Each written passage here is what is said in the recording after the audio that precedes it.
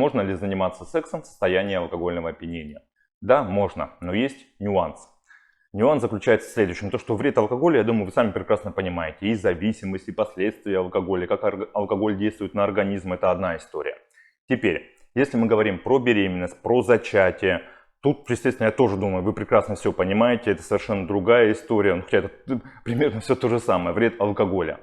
Но, как по факту бывает, многие ситуации в жизни, когда секс у нас происходит не в трезвом состоянии, а в состоянии алкогольного опьянения.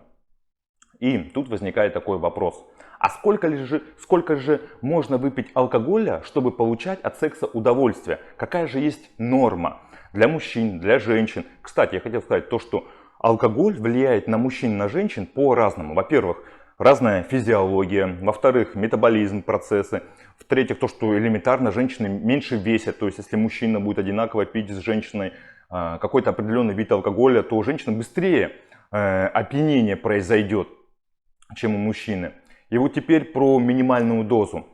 Как говорят ученые, как говорят мои коллеги среднестатистической, чтобы получать удовольствие от процесса секса и заниматься любовью, для расслабления, для снятия определенных эмоциональных барьеров. Почему мы пьем алкоголь? Да мы просто расслабляемся, мы становимся более открытыми, естественными, веселыми. Мы принимаем свое тело, особенно для девушек очень важно. Ну то есть минимальные, даже не минимальные, а наоборот, максимальные рамки алкоголя для мужчин, для женщин это пиво 0,33 стакан, либо полстакана вина. Если мы выпиваем больше, то у нас будут различные проблемы. А проблемы в какие могут быть? Многие, кстати, мужчины думают, даже не думают, а перед сексом употребляют алкоголь для того, чтобы продлить половой акт. Им кажется, что если половой акт будет длиться 10, 15, 30 минут, час, чтобы женщина получила, там, не знаю, 5 оргазмов подряд.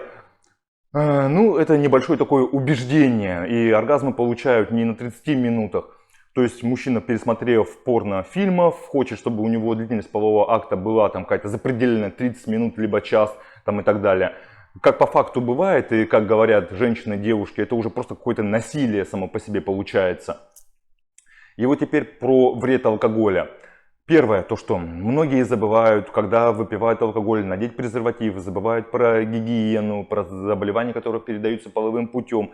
Также очень важен такой фактор, то что 80% насилия сексуального происходит по вине злоупотребления алкоголем. Ну, то есть, когда девушка очень много выпила, либо парень очень много выпил, и тогда происходит насилие. Когда люди уже не могут сказать нет своему партнеру, когда они соглашаются уже на любой секс под влиянием алкоголя.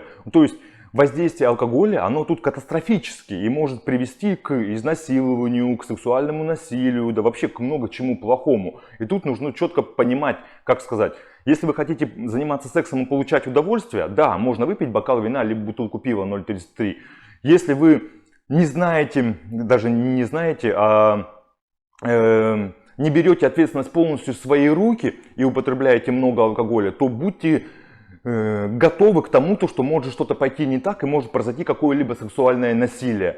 Также из-за алкоголя это частые измены, интрижки. Это как, допустим, на работе, там, не знаю, есть бухгалтерия, бухгалтерша, есть там менеджер по продажам, я сейчас так элементарно говорю. И, не знаю, в обыкновенной в жизни, в трезвой ситуации они бы никогда не встретились, не переспали, но на корпоративе они оба много выпили алкоголя и переспали. А потом у них идет самогнобление, это разрушение семей, ячеек общества и так далее. Ну, все последствия, думаю, вы прекрасно понимаете, какие бывают, когда люди под воздействием алкоголя делают какие-либо поступки и события, а потом об этом жалеют. И теперь подытожиться про это видео. Даже, наверное, про себя скажу, то что можно ли заниматься сексом в состоянии алкогольного опьянения. До 25 лет, наверное, половина моих половых контактов были в состоянии алкогольного опьянения. Вред про алкоголь все прекрасно знают, понимают, но в жизни бывает часто так, то что мы употребляем алкоголь для того, чтобы элементарно расслабиться. Почему мы пьем алкоголь? Чтобы снять тревогу, чтобы расслабиться, чтобы быть более раскрепощенным, принимать свое тело. Для девушек, как я уже говорил, это очень-очень важно. Но тут есть еще обратная сторона у алкоголя. Заключается в том, что когда мы пьем алкоголь, у нас снижается чувствительность.